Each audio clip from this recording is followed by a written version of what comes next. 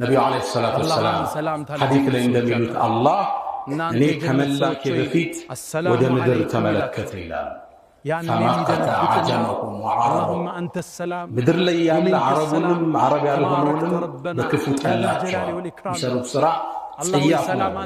ኢላ በቃያ ሚን አህሊል ኪታብ የነቢዩን መላክ የሚጠብቁ የመጽሐፍ ሰዎች ነበሩ።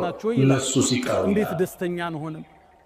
ዓለም ድግዝግዝ ባለ ጨለማ ውስጥ ሚዛናችን ደፍተህልን እንዴት ለሰው ልጆች ለሕይወታቸው ፍልስፍና ትርጉም ያገኙበት ውልደት አፈሐሲብቱም አነማ ኸለቅናኩም ዐበተን ወአነኩም ኢለይና ላ ቱርጀዑን ዝም ብላችሁ በከንቱ የተፈጠራችሁ ወደኛም ማትመለሱ መሰላችሁ የሚል የሰው ልጅ መነሻው መድረሻውን ያወቀበት ውልደት ነው የነብዩ ሰለላሁ ዐለይሂ ወሰለም።